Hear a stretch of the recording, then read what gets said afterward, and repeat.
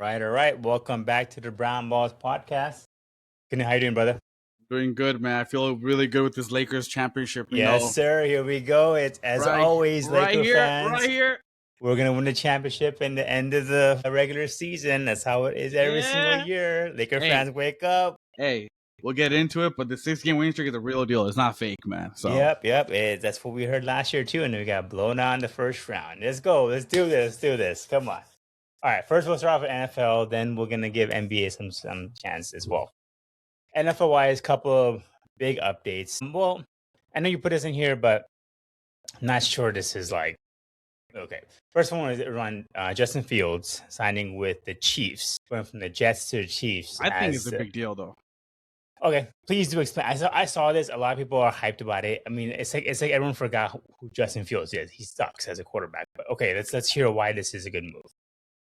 Okay, so in Chicago, he's like a CJ Stroud, where he had a really good first year and then he slumped after that second year, and then they got the number 2 pick or number 1 pick and they drafted Caleb or something, What were the cases? Then he got obviously I think he got traded to the Jets or signed with the Jets. No, he went to the Steelers, right? Sorry, he went to the Steelers and then he went to the Jets, right? And when he went to the Steelers after the whole Caleb draft for Chicago Bears, I don't know what Mike Tomlin was doing in Steelers because they actually have 2 QBs there, Russell Wilson and Justin Fields, right? So they're like sharing time. It's like college football all over again.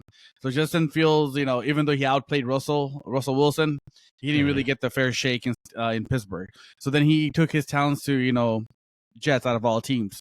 Jets, as you can tell, is a dumpster hole. I mean, even if they do have a right QB, aka Sam Darnold, they still can't develop any QB out there. So. Right. Obviously, last year he was with, the Jets and, he didn't really do good at all, right? And so I guess, he was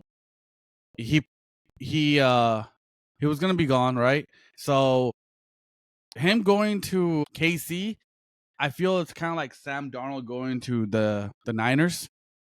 The only reason why I say that is because if you want to get your mechanics correct, if you want to kind of get more confidence in your play, Andy Reid is like, quarterback whisperer, just like, I mean, he is quarterback whisperer. He got a lot of quarterbacks to do what they're not capable of doing, And so, I mean, except for, maybe Mahomes is the outlier because Mahomes is talented. But Andy Reid, had, I think, Alex Smith at one point too. He did wonderful for them, And he, always a playoff contention, So I'm not saying like this is a championship move. I'm saying like, Mahomes is going to be out a majority of the year next year, right? I mean, it could be the whole year or a majority, whatever the case is. This kind of puts KC like not in a championship frame, but making the wild card, like being better than what people expected. Like they won't tank, right? Like I can see, KC going like, 500, I mean, they might not make the playoffs, but like they'll be like in contention to make the wild card kind of thing. So this is not like, complete like a tank season for them. About? Bro, they had Pat Mahomes most of last year and they couldn't even make the wild card. How are they going to do with Justin Fields? Bro, I'm telling you, dude. I don't know. How are they going to do with Justin Fields? If they had Pat Mahomes, I get he got injured about after a quarter of a season left. He got injured, right? I get that part. But by then, they were already out of playoff contention. So, like, where do you think, why would you think that team with Pat Mahomes couldn't be above 500? But with Justin Fields, essentially the same team. Yeah, Justin Fields. I mean, last year, like, look, they made it to Super Bowl 3 years in a row, right? They won back to back and they lost the third one, right? Or no, sorry, they didn't even make the playoffs. But they won back. I mean, they went to back-to-back Super Bowls. They won one, they lost one, and then it was a long season, right? So it was just a long playoff hangover, right? Obviously, they got rid of their corners. The Rams got all of their corners and safety. McDuffie and Watson. But I'm not saying like this is a championship team. I'm not saying anything like that. I'm saying that Justin Fields has an opportunity. He's still a mobile quarterback. He still has potential. We don't know what. I mean, he's still a little unproven. I mean, I'm Tappers. There's no way in hell I'm saying that. I understand what you're saying. This is exactly the same team. If not, the team is not that great. I get it. I completely understand. But what I'm trying to say is that, I'm speaking on behalf of Chiefs Nation, just giving them hope that, hey, that's something to look forward to. Because this guy is unproven. And, you never know what happens in a case where he plays few games, like, 5-6 games, and then Mahomes does come back, and then he gets to piggyback from Mahomes, learn from him, and then he can move on to some other team. But it just gives, Chiefs Nation some type of hope to kind of watch this year, right? You know what I'm saying? They got a QB they can root for, kind of thing. So I'm just saying, I wouldn't be surprised if KC ends up winning 7 games, 8 games. It would not surprise me. How are they going to win 7 and 8 with Justin Fields, but they couldn't win with Pat Mahomes? The team is not any different besides Kenneth Walker. They haven't done anything to the team. I get it. And they have no real receivers anymore. Travis Kelce is barely even 60% of Travis Kelce. Right. And you expect Justin Fields to do better than, and they will potentially have a worse defense this year. So how I just don't get. Again, I'm not hating Justin Fields, right? I'm not saying this is a terrible move or whatever. I'm just saying this is not like a championship caliber team, or not even this is a huge improvement from whatever the heck they had before. Because Justin Fields, as much as you say he's not proven, I think he's proven enough that he's not reliable. He's really bad with turnovers. He's very indecisive. A lot of the coaches say that the reason why he can't get very far because he can't read defenses properly, just like how Jalen Hurts can't read defenses. So I just again, good. They needed somebody, so they got somebody. I get that, but the other option that they had was Russell Wilson. So who would you have felt better? Do you still feel better about Justin Fields being a Chief over Russell Wilson, or do you think Russell Wilson would have been better? I would still want him, not Russell Wilson. There's no way, man. I'm being honest. They both are terrible. They're both horrible. But I just feel that Fields might have a little upside in a way where he can kind of show something, flashes, and get another contract out there. Yeah, that's the only. I just don't think I get the Sam Darnold comparison. I think a lot of people, now that Sam Darnold happened, I think everyone is hoping they find the next Sam Darnold. Is what everyone's hoping for nowadays. Or every quarterback, even, right? Even the ones that are kind of washed are hoping that they can have a Sam Darnold kind of journey. But Sam Darnold is a very rare case of somebody who was truly in bad situations, right? I get the Bears thing, but he was in a good situation with the Steelers, and he still wasn't doing well. And then after that, you got the Jets, and I get the Jets suck. But that's truly, that could have been his number one team, and he still couldn't do anything with the Jets either. So I'm just saying, I'm not hating the move. I get it.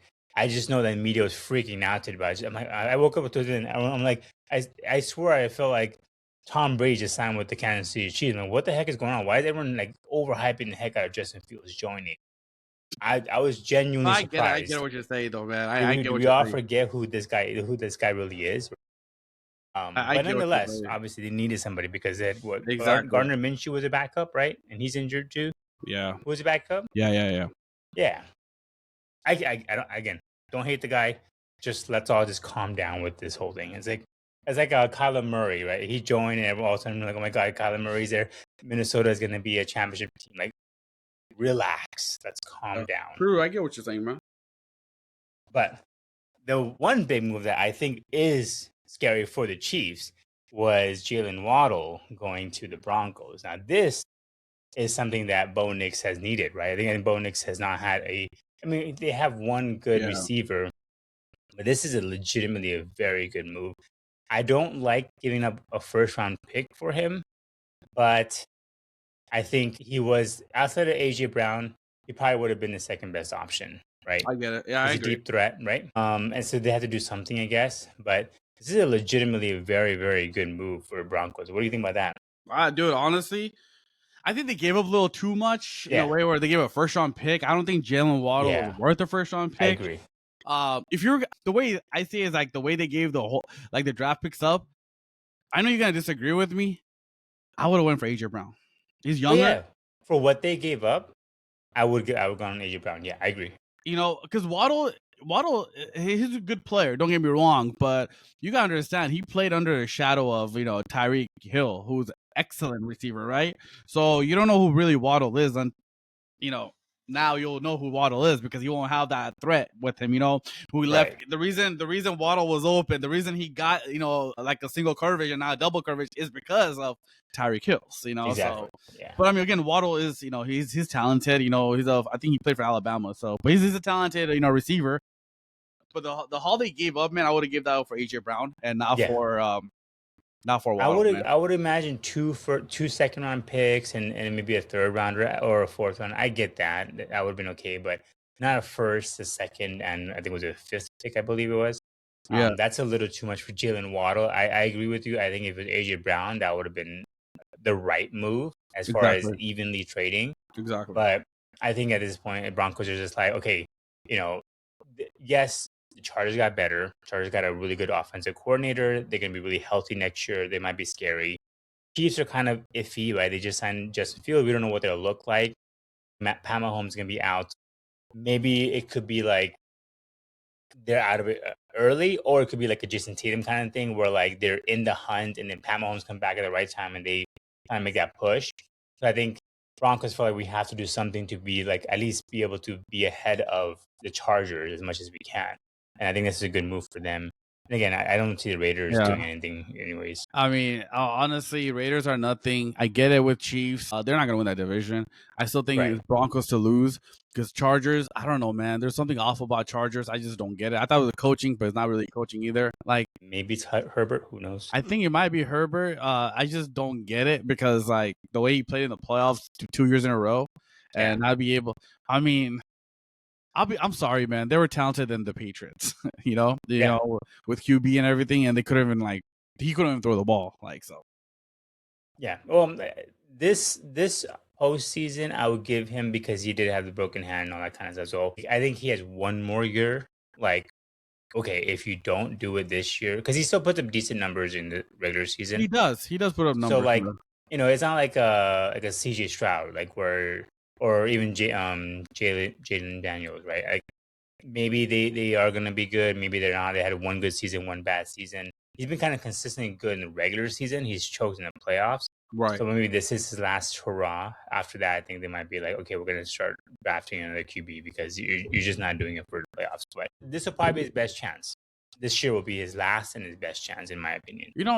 That team would benefit bringing Joe Flacco in. I'm not saying because of competition. It's more about his expertise and mentorship, like in that way. They never had a veteran QB for him, man. They always brought in like Trey Lance. They re-signed him again, but like they always had a younger QB, who, I mean, it doesn't make sense. So it'll be good mentorship to bring someone that can, teach them.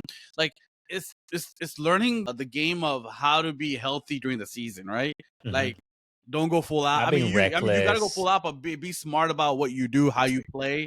Like don't be stupid about it. Like kind of like that mentorship, that'll be great for him. Yep. All right. Any other NFL news you got? That's all I had in the agenda. No, man. Those are the main two topics. I mean, Hollywood Brown went to the Eagles. Yeah. You think they're clearing way for AJ Brown to leave eventually? I think they got it. I think they got a not a backup, but like they got a decent number two. Because Hollywood Brown is like decent, number two. Because Devontae Smith could be their number one, right? And like so they're clearing because Hollywood Brown is more of a deep threat too, right? Yeah. They got insurance for AJ Brown. I think AJ Brown's gone. There's too many, whispers. Oh, another thing I want to talk about is this stupid rumor that came out about how Rams were interested in maybe trading a Devontae Adams for AJ Brown. I thought this was the dumbest thing ever. I don't know how true it was, but why would you even mess up a chemistry that you knew that Stafford has with Devontae Adams? Like, why would you even mess that up? Like, I don't mind getting AJ Brown, but not giving up freaking Devontae Adams, man. Right. Like, I don't mind adding him, but I don't want it to where we trade Devontae Adams. Yeah. Yeah, that wouldn't be a good move, I think. Although obviously AJ Brown's younger, talent level is more. I think what they have in terms of Puka and Devontae, like that system is working, right? Devontae's not out there catching the long bombs. He's there as your safety. Like, let's get the first round, let's get that first down, and keep going. Like, that's what you really need, right? I think that's what that off because Puka is an explosive player. He'll do his thing, right? But you need AJ Brown. I mean, you need Devontae there to catch the first downs, catch the easy touchdowns, all that kind of stuff. I think if you add AJ Brown instead of Devontae, that's too much happening. And AJ Brown's gonna start throwing fits, Oh especially if he has gosh. to play second fiddle to Puka. He's gonna be like just bitching the whole time. It's not worth it. I think for the Rams, it would not be worth it. I think maybe the Broncos it would be worth it, the headache, because they need an also like a Pro Bowler receiver, but not. I don't think Rams should mess with that. That would have been a really terrible move. If Rams did that. Yeah, man. Like, what the hell is that? Like, that'll be Yeah, the idiot that'd been move. terrible. Like, it doesn't make any sense, man. To be honest with And you. it's not like Devontae would work well with Jalen Hurts. I don't think that also would work either, because the way Jalen Hurts throws the ball, he hates throwing it down the middle. He's Right. only side, which is what Devontae lives in the middle. Like that's just how he's kind of a slot receiver nowadays. So that would also not work. I just that would be a bad move both sides.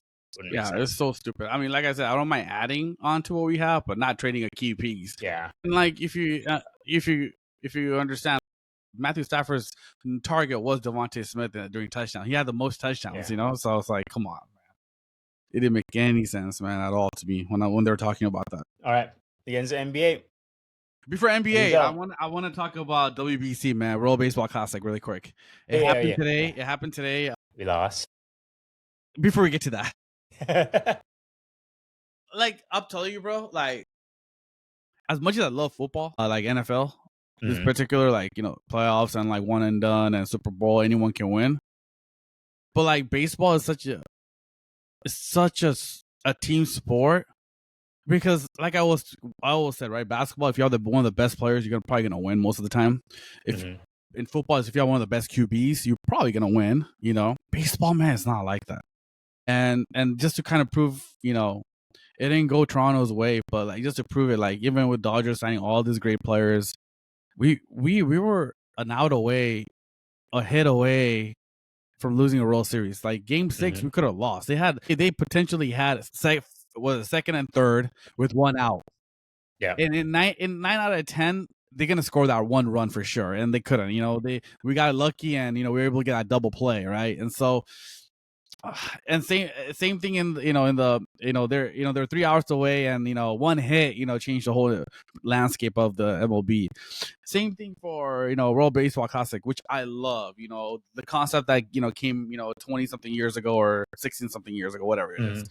This world's like few countries are participating. Like US, DR, Mexico, Venezuela, who won today. Japan got eliminated, right? Mm-hmm. And that was a shocker. I think they got eliminated by Italy, if I'm not mistaken, or someone else. But like they got eliminated in the semi, which is shock, because Japan was supposed to go far, and they have, and that team is like loaded with Otani and everyone else in there, right?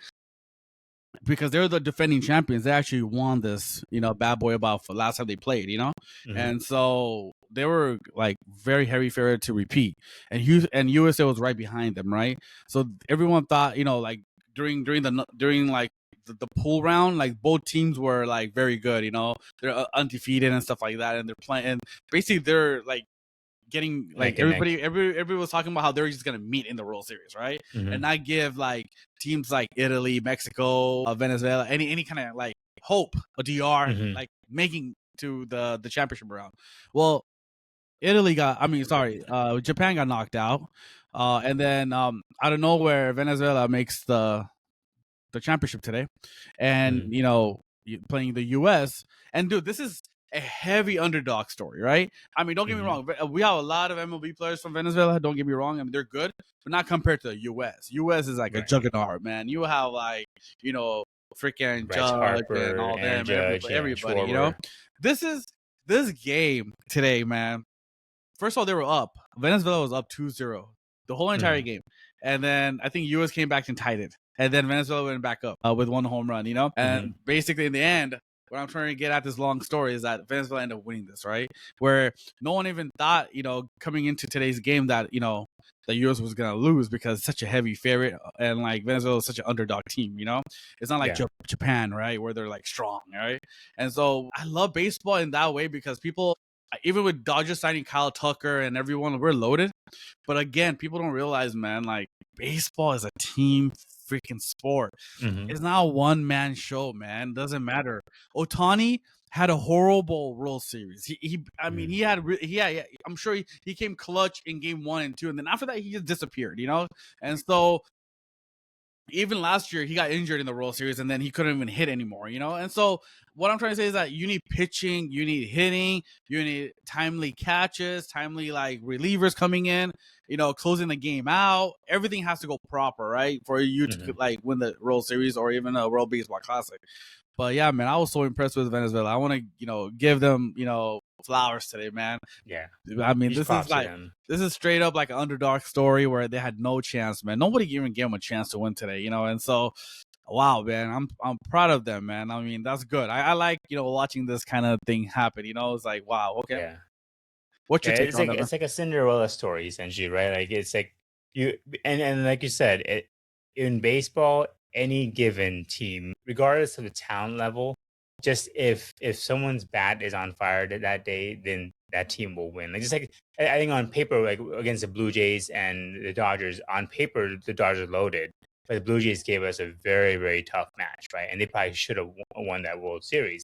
Same thing with this, like you know, we all thought, okay, yeah, the U.S. is in, Japan's out. This should be a cakewalk for the U.S. And you just never know. 3-2, yeah, and the U.S. goes down. And any given, I guess, you know, was it Tuesday nowadays? Hey, we didn't want to face the juggernaut Japan team. Like we're supposed to win today. We lost to Japan in the championship like last time we faced, you know, in the World Baseball Classic. Like today was supposed to be our victory, man, and it wasn't. We lost. And that's just a shocker, you know. The world's catching up, man. I mean, it's not. I mean, it's being spread out, that's for sure. It is very spread out now. It's just like the NBA. I think it's very spread out, like the town level. It's not just in the U.S. Even though it's a U.S. game, it's very spread out now. But you know what? The difference is, like people who play for their country, they take such a proud about it, you know, that hey, I'm playing for my country. Like you saw today, Venezuela winning, they have their flags, people going crazy. Same thing with DR when we faced them, we beat them. Like they were just crazy, and I want to go back to that game too, the DR game where we beat them. That was a ball, and that wasn't a strike. The guy was on Julio Rodriguez from Seattle, who plays for DR, was on I think third or second in that case, and like it's a bogus call, man. I mean, come on. This is why umpires like get scrutinized. I was like, come on. That's why they want robots, because how are you gonna like make that a strike? I know. I know you probably didn't see it, but like it was basically like a close game. You know, we're up by 1, and like Julio Rodriguez for DR was on third base, and then they had 2 outs already, and I think it was full count, or it was definitely 2 strikes. Our guy throws it, and it's definitely a ball. But like the way he counted it down, and then Will Smith, Dodgers player, brings it up, and the umpire calls a strikeout. I'm like, come on, man! You know it wasn't in the frame, like. It's like, come on, man. So, but yeah, that's how they lost, because DR looked great, man. Oh my gosh, how good they looked! It's unbelievable. Yeah, imagine if it was DR against Venezuela. Dude, that would have been great. That would be great, man. That'd be awesome. So. That's great, man. Yeah, I missed it. I honestly didn't even realize I could watch the highlights later, but I know the game just ended. But I definitely got to catch up on the highlights in that game. Yeah, man. All right, let's get into some basketball. Obviously, we got to talk about the new contenders of the West. Here we go. Every year we talk about this. Let's hear it. Lakers coming off a very impressive win against the Denver Nuggets and the Houston Rockets. New York Knicks. And the Knicks, bringing us to 3rd place overall in the West. Very, very awesome. What are your thoughts? I mean, LeBron has finally taken his rightful place as the 3rd best player in the team, which I think you and I both have been saying that should have happened a long time ago. I think he's finally embracing it. Do you think this is like the real deal? What are your thoughts? Look, man, I know you're never going to give Lakers their flowers until LeBron leaves, or I don't know what you want to see against the Lakers. But initially, during the season, we didn't beat any good teams. Like any teams like with top 4 seats, we haven't beaten. You know? And all of a sudden, we end up beating them. Like, for example, New York Knicks, they're 3rd place team in the East, and they had like offensive rating of like 120 something, and we kept them to like 97. And 2 days later, or 4 days later, we played Minnesota. 2nd best offensive rating. We keep them. If it wasn't for like a blowout, we would have kept them under 100 as well. And we only kept, Anthony Edwards, who's an excellent offensive player, to only 1-3. And we kind of kept them like under, like, I think it was like 18 points, which is crazy. Then going forward, I understand that Denver game. We had a big lead. We should have closed that out, but obviously we don't. And they come back. They take an 8-point lead. It takes a heroic, lucky free throw, bounce, and then Reeves makes it to tie the game, going to overtime, and we end up winning that, right? But that's not the thing, though, right? The thing is, Jamal Murray, right? The guy who always killed the Lakers, right? We kept him under 5 points in one of like 14 shooting. And I understand he's not going to have that again. That's not going to happen. It's Jamal Murray. He always kills the Lakers. But we're able to keep him under, 6 points, 5 points. That's crazy good, That has never happened under Darvin Ham or anybody else. And what I'm trying to say is that I guess there's a discussion that went on with JJ Redick and LeBron before LeBron was coming back. Like, I don't know how serious this conversation was, but basically Redick saying that, hey, to LeBron, that look, we want you back, but we want you to be the best like third option out there. We know who's gonna eat first. It's gonna be Luka.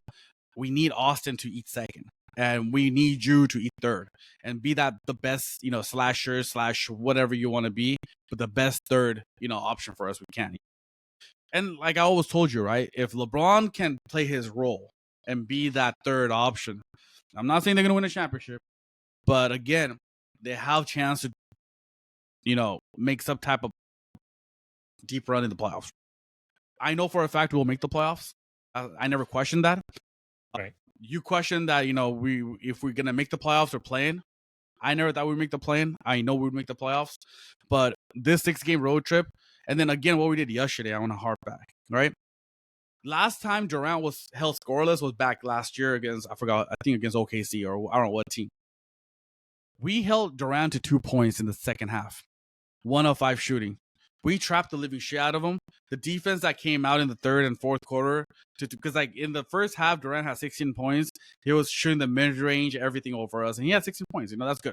And the second half, Redick made an adjustment, and somehow, we were able to frustrate Durant, which Durant's post-game, I never seen a superstar like that frustrated and saying that I should just sit in the corner, his exact quote. I can quote you, I have it here. I was just shocked that, and I never heard a top player, stating that, that his exact quote, maybe I just need to get out of the way and go sit in the corner and space the floor. I mean, be a spot shooter. I'm sorry. He wasn't playing the OKC defense. He wasn't playing the San Antonio defense.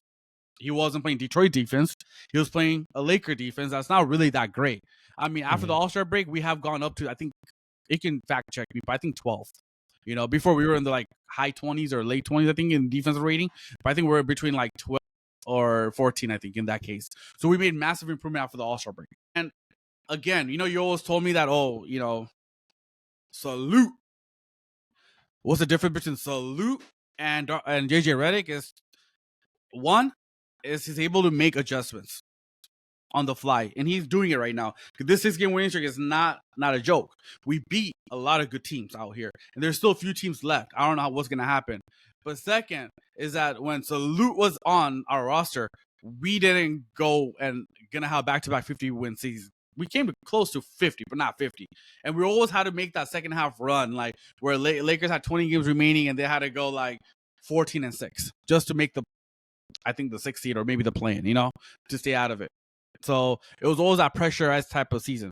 But again, I don't know if they'll keep the 3rd seed. I mean, we have the tiebreaker against Denver. We win tomorrow. We have tiebreaker against Houston. And again, I know what you're going to say. We had the 3rd seed last year. And yeah, that's true. We did. And we lost to a better team in Minnesota. And so I'm not saying seeding is going to matter. I'm just saying that I like the way they're playing their defense right now. And like, going into it, let's see what happens in the playoffs. Dude, we're going to be judged the way we play in the first round, second round, how far we go. I still don't think this team is good enough to win a championship. No way. I don't think they can beat OKC.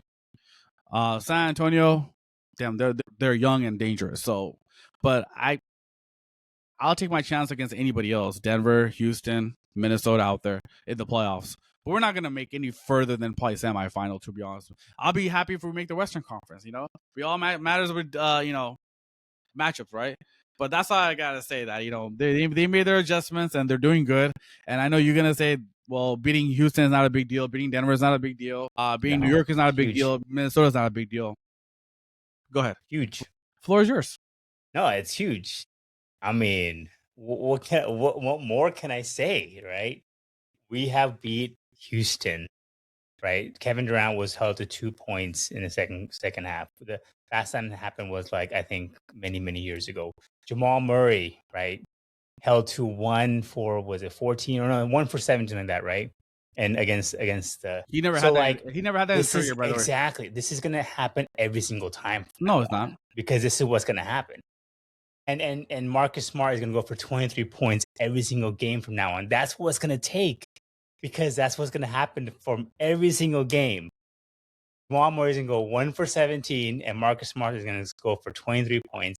And DeAndre Ayton is gonna continue to give us his triple single, right? This is how we win.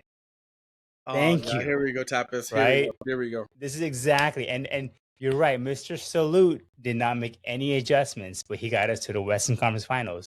Mr. Redick made also no adjustments in the playoffs and got us knocked out in the first round of the playoffs. He made 0 adjustments, game over game, refused to play Jackson Hayes because of his ego, and we got knocked out as a 3rd seed. You know how bad it is if you're a 3rd seed to lose to a 6th seed? Pretty bad, right? So Mr. Salute may not have done it. I have a question for you, Tapas. Which team do you think was better? The Memphis team that we beat, who was the 3rd seed or 2nd seed, or the Minnesota team that we lost to last year? Overall, both teams, if you compare. Memphis team. Huh? The Memphis team was better. No. Minnesota team is better, or the Memphis team is better? The Memphis team is better. They were better. They had a rising point guard. They had Triple J. They had a legitimate contendership type of roster, right? And they had what's his name, Dylan Brooks, right? A great defender, all that kind of stuff. They had a loaded team, but Minnesota, right? They're a good team. I'm not saying they're a bad team by any means, but between those two, I think the Memphis team was better. And the Lakers had no right to play as well as we did, but we did, and we got there because of Mr. Salute and LeBron James and Anthony Davis, right? But what I'm trying to get at is that we played an inexperienced Memphis team that we beat, right? Then we definitely played a Golden State team that was 6th seed and we were the 7th seed, which had no business even being in there because they faced an inexperienced Sacramento team and they won, right? And so that second round matchup against Golden State, you knew for a fact that was going to be a weaker. We had their number. They have no big mans, right? And we were able to take advantage of Anthony Davis in down low, right? So what I'm trying to say is that it was so misleading, right? It was kind of like saying, how Lakers record before, All-Star break was good. But again, they beat everyone who was below 500. But anybody above 500, their record was horrible. They're 2-12, right? Yeah. But everybody above 5. But what I'm trying to say is that the guy who got us to Western Conference Finals, it was a little more misleading because when we got to that big stage, like Western Conference Finals, we did not even fair chance against them, man. Look. Anytime, right? The Lakers made Rudy Gobert look like Wilt Chamberlain last year in the playoffs. That in itself is inexcusable. I don't care what you say about the Memphis Grizzlies. We made Rudy Gobert look like Wilt Chamberlain out there. He's out there getting 25 rebounds, dunking on people. That's how bad it was. And Redick refused to make any changes. Not even put a big out there. Jackson Hayes was healthy. He put the freaking player that we traded for mid-season, never played a single Maxi Kleber. Practice Maxi Kleber. He never played a single practice snap with any of our players. He rather put him out there than Jackson Hayes. Yeah. Okay. That says it all. So all I'm saying is I get it. I'm a Lakers fan. We are very happy. Yes, we're 3rd seed. I get it.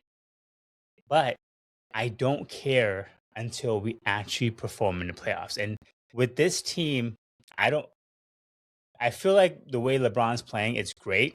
And if he continues to play this way and he's actually bought in, that's great. But what I fear is going to happen, and I guarantee me, and you know I've been pretty good about this stuff. We lose a game or two starting the playoffs, someone's going to start bitching. Yeah. Right? Someone's going to start bitching. Yeah. I should be getting more touches, blah, blah, blah.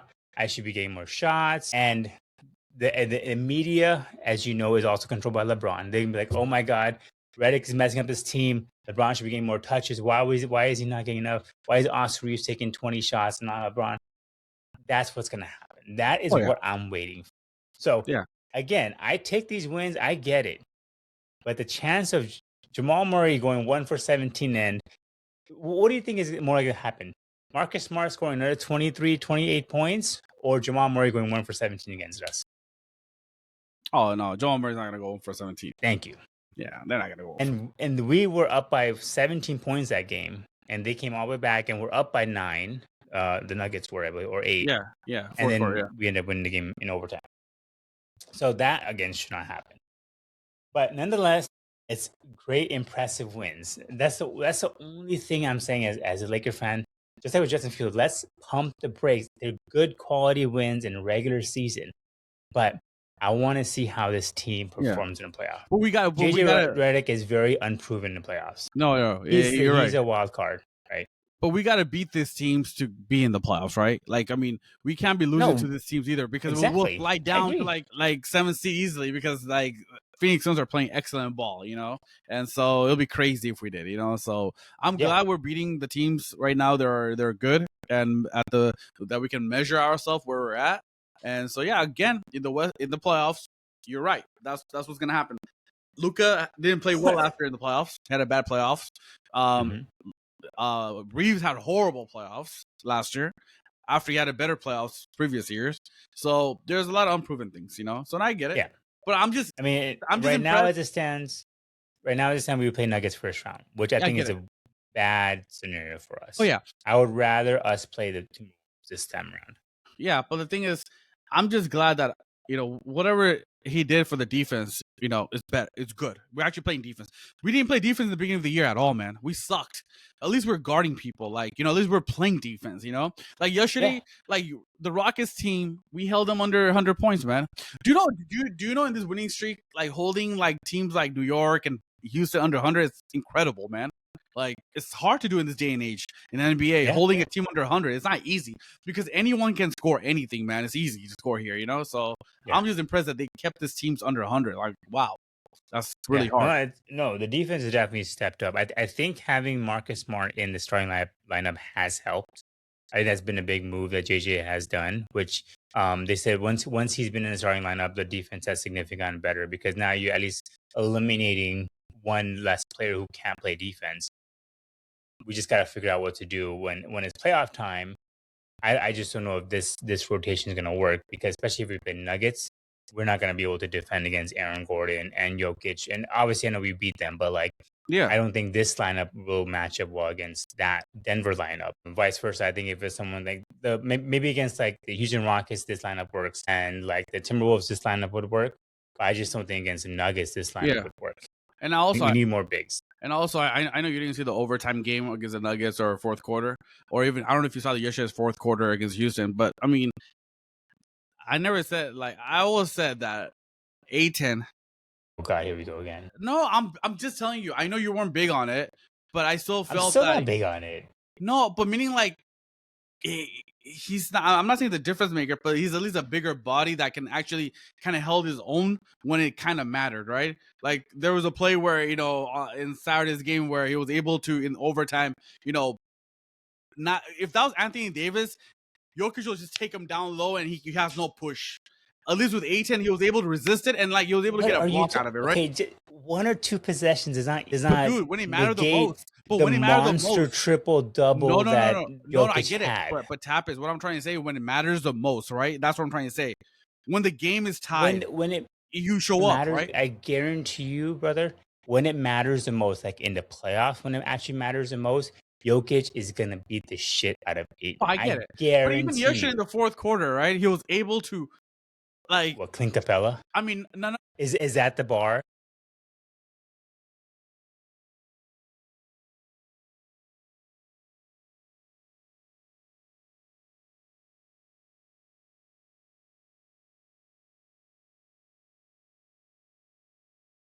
Yeah. No, I get it. Right. No, I mean, again, he's played better, but I just don't know if we need to. He had one good overtime possession, one or two good overtime, But that's but huge, though. he That can give up a swing either way. crazy. Yes, but his plus and minus. What was his plus and minus that game? I don't know. Let me I see. look it up. I can look it Check up. it out. Let me see. He was a +1. Luka was a +6. LeBron was +6, and Marcus Smart was +16. Yeah. He was a +1. So again, when you're giving up 24, 16, and 14 And we won by 2, with so 5 that mattered. steals, I don't know if you can go out there and claim victory when you No. have 2 good possessions. No, but not even that. But like sometimes, like sometimes you might not put in like, you know, the numbers might not say the whole story, right? There's a lot of Right, like the a lot of players Draymond out there effect. I that get might it. play, you know, without the numbers but had impact, right? What I'm trying to say is that in fourth and overtime he had impact. That's what I'm trying to say. Like honestly, dude, I've seen Jokic take 80 down low and just smash him. Like there's no way. In the Like the reason playoffs. the Denver players were able to, you know, beat us every time was because 80 couldn't hold his own ground and we had to come help him, and then boom, shooters out there. And I killed us. guarantee, brother. I mark my words. If we meet the Denver Nuggets, this shit is not happening again. You are not telling me Ayton is gonna hold down against No, Jokic. I'm not. He's not containing Jokic. I'm not saying that. When it mattered, he was able to, like, you know, be some type of big body. I get it, but why would it matter? When it mattered, he shouldn't have given him 24, 16, and 17. What a Jokic's gonna get his numbers, fucking, man. He's gonna make it difficult, right? It's like not that this theory about not Kobe, this right? That Shane crazy. Battier said, right?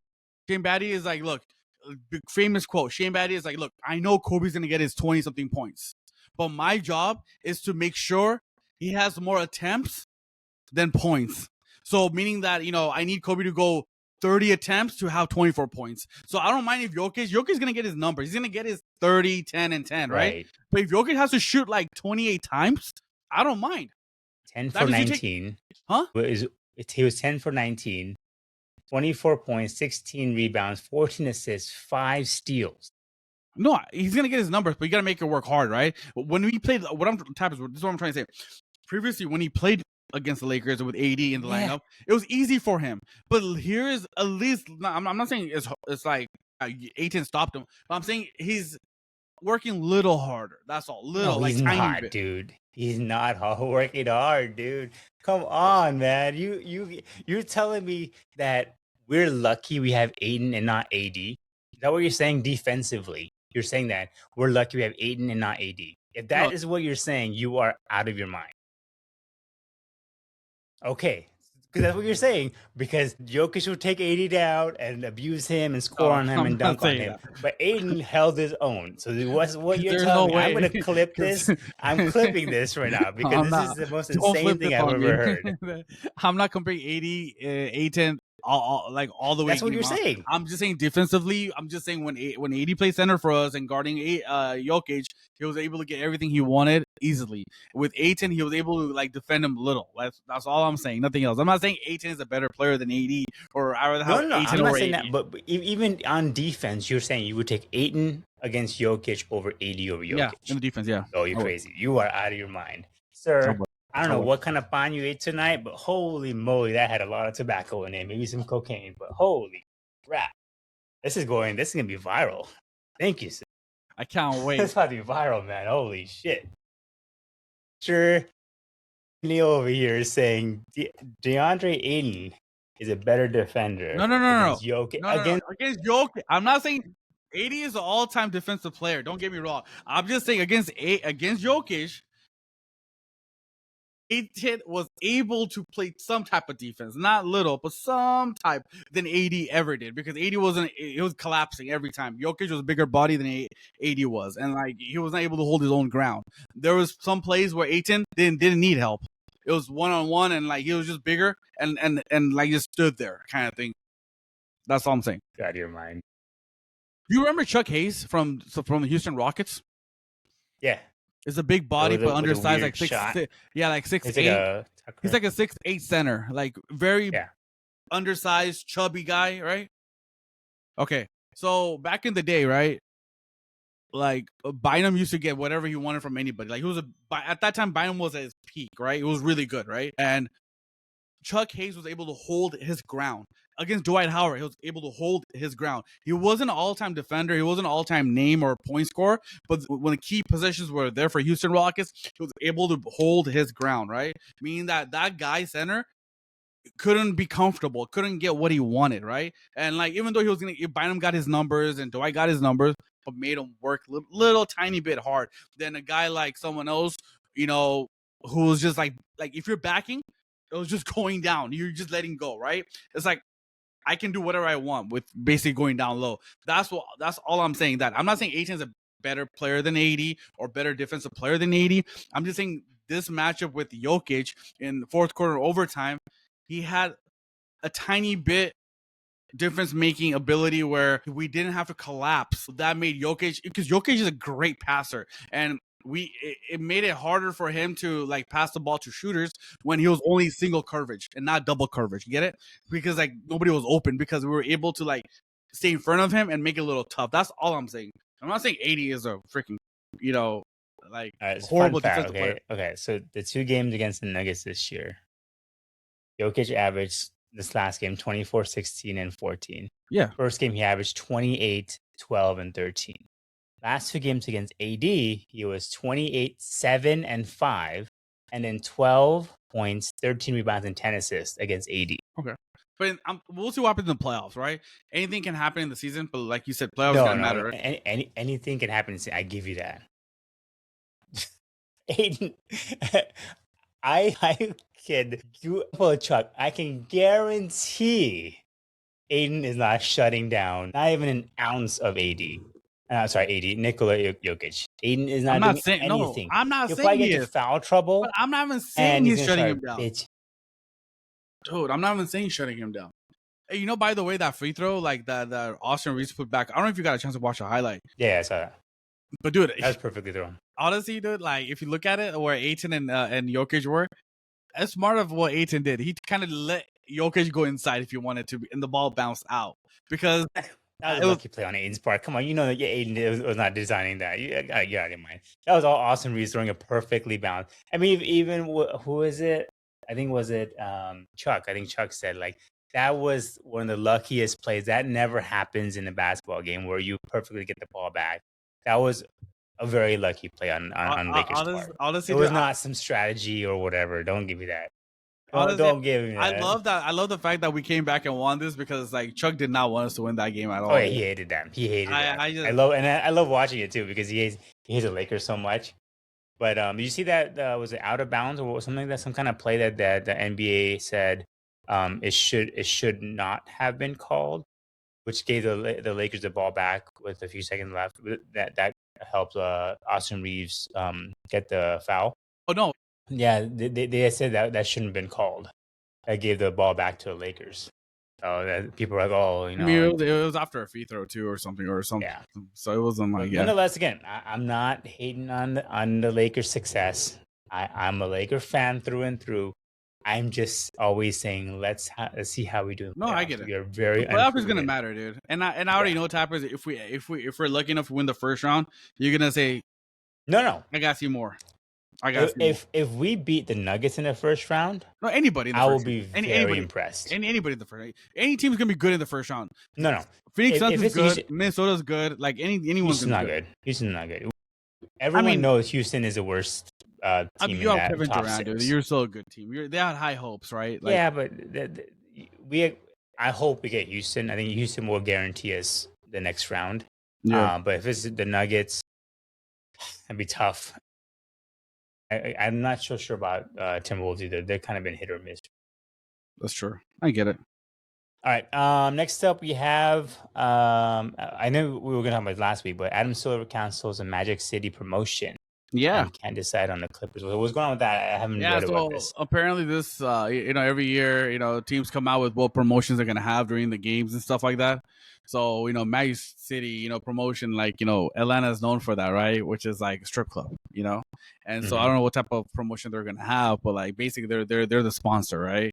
And so it's funny that it was announced beginning of the year that this was going to be one of the promotional things, and a week before the game was going to be played, they canceled the promotion. But not the team.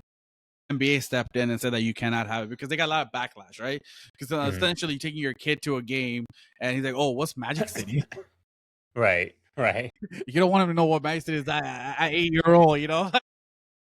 Hey, Dad, can we go to Magic City? I think that was the Atlanta game. Crazy, dude. And like every kid's like they know how to use phone and Google Magic City, will come up right away, right? So NBA stepped in right away. I don't know why NBA stepped in like a week before the game when they had the whole season to step in. Like they knew about this. I mean, every promotion goes to the NBA first, and like they approve it. So all of a sudden, NBA doesn't want to like disapprove it then, but now they want to step in a week before when they're getting all the backlash because it was coming closer and closer, to the game, right? Mm-hmm. Stupid. But then this, what I'm trying to get at is like they can't make a decision on Clippers. It's taking this long to make a decision on Clippers. They're just trying to wait.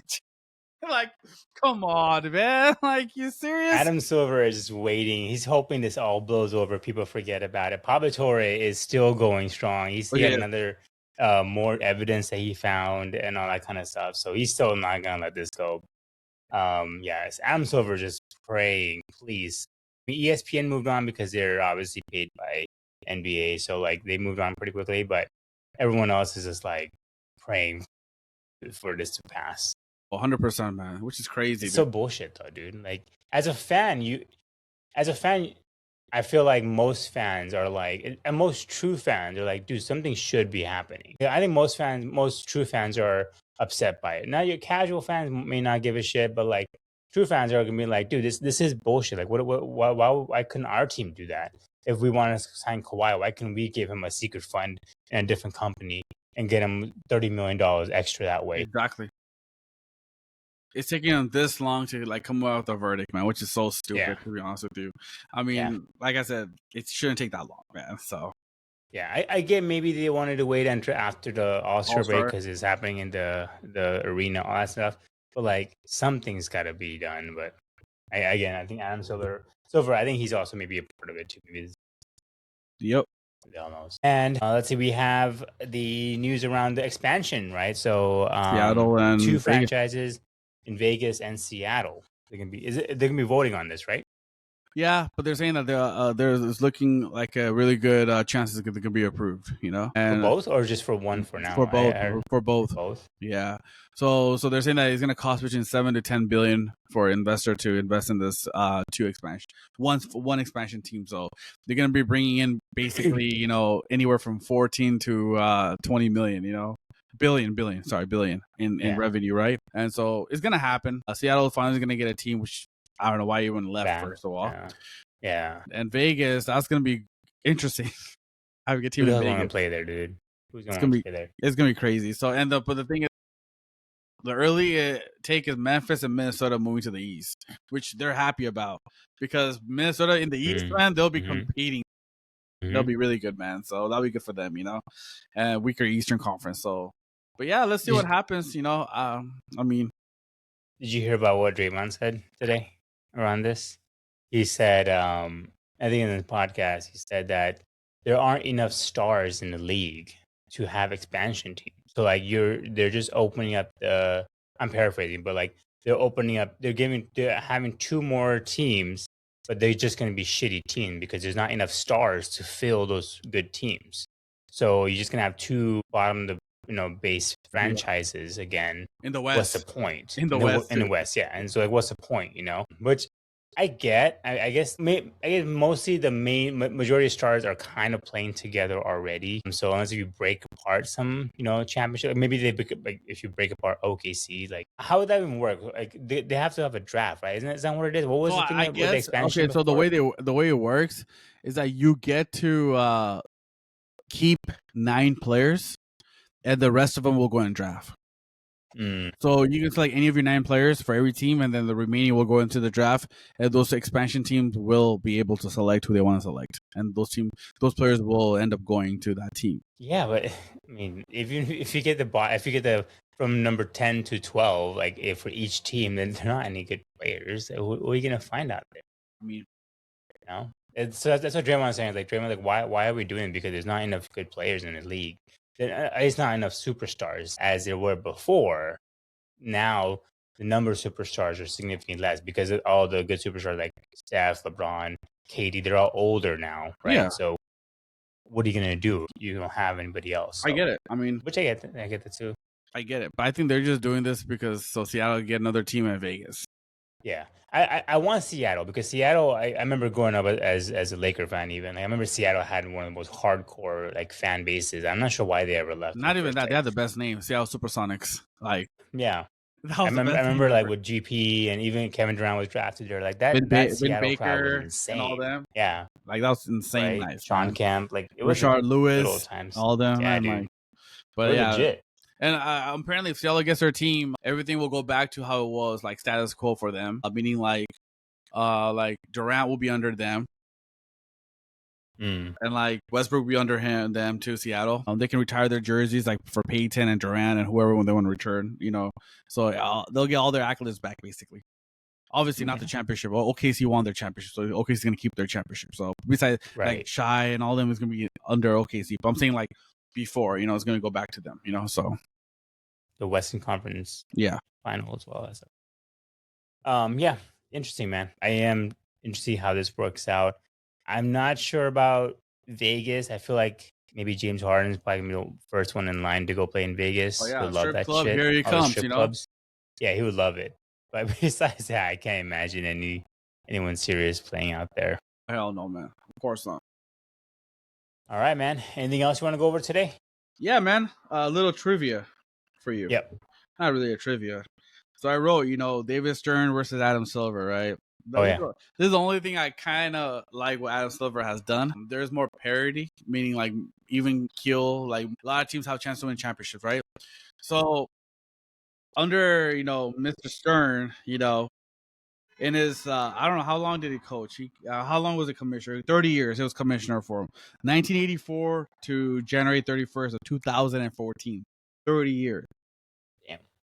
Can you guess how many teams won championships? Like first you can tell me how many like number wise, like how many teams have won championships in the 30 years. Like how many different teams? Yeah, different teams won championships. I mean, Lakers were a dynasty, Boston was a dynasty, and Chicago was a dynasty. So was Houston a couple of years. I'm gonna take a wild guess and say like 10 different teams. You're very close, man. 8 teams. 8 in 30 years. 30 years, 8 teams won. Basically, like you said, Lakers were a dynasty. They won 8 championships. Chicago Bulls were a dynasty. They won 6 championships. Mm-hmm. Boston Celtics won 3. Pistons were a dynasty as well, won 3. San Antonio won 4. Miami Heat won 3. Houston Rockets won 2. And Dallas Mavericks won 1. Under Adam Silver, he became the commissioner in 2004, and we're currently in 2026. So we're currently 12 years into his regime. I don't want to say halfway, but we're almost halfway to the point, under his regime. How many different teams so far has won championships in his 12 years? 8 or 9. So you're very close in there too. 7. Yeah, because Golden State. So the only dynasty that it was in there was Golden State Warriors. Yeah. And then San Antonio won once, Cavs won once, Raptor won once, Lakers won 1, Milwaukee won 1, and Nuggets won 1, right? But I think they forgot OKC, so sorry. Let's say instead of there are 8 teams as well too. Sorry, they don't have OKC in this one. My bad. So they're tied. So it's tied. So David Stern for 30 years had only 8 teams winning championships. And then in his 12 years, he already has 8 teams that won championships, right? I love that. The reason why I say that is because Dynasty is good and everything, but then you tend to lose a lot of people too, though, interest-wise. How so? Because the thing is, every fan base has a chance, hope that, hey, this could be their year, if they build the right team and can compete and win a championship, right? If there's a dynasty, you get old of it and like damn, they're going to be there every year. Like right now, MLB is getting boring because people are like kind of getting to a point that, dude, they have the best team, man. Dodgers are the best team. Like, what's the point of watching? They're going to go back to back to back, right? And so I'm a Dodger fan. I hear that a lot. Like, my brother's a Yankee fan. He hates, it's like, dude, what's the point? You guys are getting all the good players, right? And so that's the one thing that Adam Silver has done better than David Stern. That he made. I love the fact what he did with the cap, meaning that he made it very hard to build a super team. Now people don't want super team because first they pay a lot of money. Second is that now you need like 8 guys to play to win a championship. Before, if you had like Shaq and Kobe, boom. Steph and Clay and Draymond, boom. LeBron, Dwayne, and Bosh, you're good. But now you actually need a team out there, who can actually play well. So, and I think that's what I'm saying. There's more parity out there, meaning like it's very even right now. Like right now, if you look at it in the East, anyone can come out. Yeah, right? pretty much. Yeah, Anyone can come I out. would say Boston. Yeah, Boston has a leading chance, right? But anyone like it could be Detroit, New York, Cleveland. The way Atlanta's playing, like they're playing very hot right now. 10 straight. Yeah, they're playing really dangerous team, right? The way they're playing is like with no superstar, they're playing very amazing. Like how the way they play. For the NBA, I mean, for the Western Conference, right now, y'all OKC and San Antonio. But you've seen that San Antonio is creeping up on OKC, and they won 3 out of 4 games against them in the season, and they also won in the playing tournament as well. So what I'm trying to say is that in the West, it's kind of predictable who's kind of going to come out, but in the East, it's not, right? And then also, what made me interested was last year, New York was heavy favorite to win that series against Indiana. Indiana was just a better team and played well. Yeah. So I like that. I like that. I like that. There's no dynasty out there. I mean, don't get me wrong. Here and there, dynasty would be great, but again, I'm glad every fan base has a chance to win this. Yeah. So my thing is, ratings have gone down under Adam Silver. The product is not good. The product's not good though. That's the thing, right? Right. The ratings have gone down. So yes, there are different champions, but the ratings have gone down. No, not a lot of people are watching, especially not regular season. At least when we had David Stern and you had the rivalries, it was fun to watch the rivalries. It's like watching Dodgers against Yankees every year. It's fun to watch that, or Yankees against Red Sox every year. Like, especially when those two teams are one of the best, right? Like, even now, a lot of NBA fans are hoping that we would have a Lakers against Boston in the final. Like, that will be back to that rivalry. That's what brings in the ratings and all that kind of stuff. Ratings go down because OKC. So some of the lesser known franchises, when they're winning, not everyone's watching it. So like, at least with David Stern, and David Stern, obviously he had the luck of having Michael Jordan in his timeline too, which completely catapulted the league. And you had Shaq and Kobe and as there too. Even though they were dynasties, that helped the ratings significantly, right? Worst case scenario, that team becomes public enemy number one. Like when the Warriors were really good, they were one of the most hated teams in the league. Everyone wanted to beat them because they were so damn good. But now that there's different championships every year, I feel like the ratings have gone down. Like I imagine if Indiana had won last year and they were very close to winning last year, if Indiana had won, that would have been one of the worst finals of all time. You know what I mean? Like, that's my only thing is like, yes, I agree with you. It's good that there's parity. There are other franchises that are having a shot, but it doesn't make it good for a good product because the ratings have gone down and some of the actually good teams, they are not that good anymore, unfortunately. Yeah. I think, so I get it. It brings good and bad. I get why Adam Silver would want more teams because obviously you want every owner to be able to make more money. That's what he did, right? More owners are winning championships that make more money. But I think as a fan perspective, we're hoping for a dynasty, like maybe OKC if they win again this year, just being a dynasty, and now everyone's gonna want to be going against OKC nonstop. I get it. The product definitely got down, but that's also because of the style of the NBA too right now. It's such a running gun. Yeah. And it's all 3-pointers. It's boring to watch. It's not fun anymore, man. Like back then, 3-pointers, like you'd be lucky if a team attempted 10 3-pointers a game. Right. Now you have a player. Now you got a player attempting. Yeah. Now you have centers in the league attempting 10 3-pointers. It's crazy. That's why I always say, like, I like not to sound bad, like Steph, like I don't want to say it in such a bad way, but he had No, Steph didn't ruin the league. Don't say that. Don't say that. not ruin the game, but the way we're playing right now. It's not his fault. It's not his fault. How is it Steph's fault? Tell me. Look, what Steve Kerr was able to do was Mike D'Antoni wasn't able to do, right? So that team, that Phoenix Suns team did not win a championship, right? Again, with David Stern's bad luck, David Stern's time, when you even took a step in a fight from a bench, you're suspended in the playoff game. Oh, I know. With You're Adam gone Silver, forever. he'll be like, you only out for the first quarter. Come back, Right. So that ruined their chances, right, against San Antonio, if you know what I'm talking about. They were up 3-2, and then that happened, right? But what I'm trying to say is that Mike D'Antoni had that 8 seconds and less shoot, and their offense was unbelievable, man. I still think Mike D'Antoni is an offensive genius, to be honest with you. The way he coaches like that, Suns, offensively, it was amazing. But he was never able to win that big championship, and the reason he wasn't, since he never won that championship, people never respected the game that he brought, right? The style that he brought, right? And so they always bash him, saying that this type of style can never win a championship. Well, let's fast forward like 10 years, 12 years later, a similar style came in the league. Steve Kerr brought that same type of mentality with Steph Curry, and arguably became the best next great shooter ever. But he made it okay to I'm not saying jack up threes, just shoot at least 10 to 12 threes, from anywhere, and it became so popular that they will end up winning a championship. And once they won the championship, it validated that this type of style is okay. So now you can go to the playgrounds and be a Steph Curry.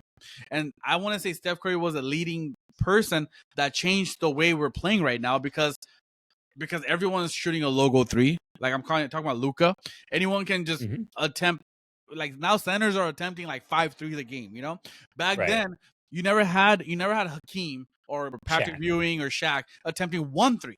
Now you have a centers, attempting 3. So Andre Drummond shot 4 threes tonight. Exactly, right? Like imagine that. And so they brought the European style here now, right? And the European players are amazing at it. That's why European players are way better than us right now, because those players, they got so happy about it. That finesse type of offense came here, and they just became better, And so I'm not saying he ruined the game. I'm just saying that he was a movement. He was a movement behind it. Movement behind he that. Was the movement. I'll give you that. He did. So Steph did not ruin the game. It was the others who thought they could replicate what Steph was doing. It was okay to do it. The coaches thought it was okay to replicate what Steve Kerr did. Because everyone thought, because at least in the past, right? Like you have a dominant, like Shaq was 1 of 1, right? You could only be as dominant as Shaq was. Right. There's no way to replicate that. Right. Kobe and Michael were also 2 of 2, I guess. They're very similar, but you could not replicate that, right? LeBron's also 1 of 1, right? But with Steph, you can get anybody to be him to shoot threes. And you just hope somebody's going to start doing that, right? Someone's going to turn into a Steph Curry eventually. Where I give Steph the most props is that he's out there shooting $200,000 3-pointers, 200,000 3-pointers every single summer. None of these other bums are doing that in the offseason. And yet they're hoping to go out there and be Steph, right? That's what's ruined the league, not Steph. No, Steph has the talent. Yeah, he's 1 of 1. Exactly. Everyone else is trying to be like Steph. And that's what I'm saying. That's why I chose my words correctly. That's why I didn't want to say he ruined the game. I said he was the movement, right. Because it's easy. It's very accessible to be like Steph. Like I can, if I was young, I'd be like, I can probably do the same thing. Shoot, if that's all it takes, I'm gonna check up 100 3-pointers every single game. I mean, you do that already. That's how you play basketball. So, I get it. It's not possible. I think because the league is trying so hard to be like Steph Curry, it's ruined the product. And so obviously everyone's gonna blame the person who does it the best. But we were never gonna get another Steph Curry ever. That's not gonna happen. He's gonna go down as the greatest shooter of all time ever. Yeah. With how efficient he's been, all that kind of stuff, it's never gonna happen again. I'm telling you, there are 3 players in NBA that changed the way NBA is played. 3, in my view, 3 players. Magic was 1. Showtime, he brought Showtime, fast break, right? The way he did it.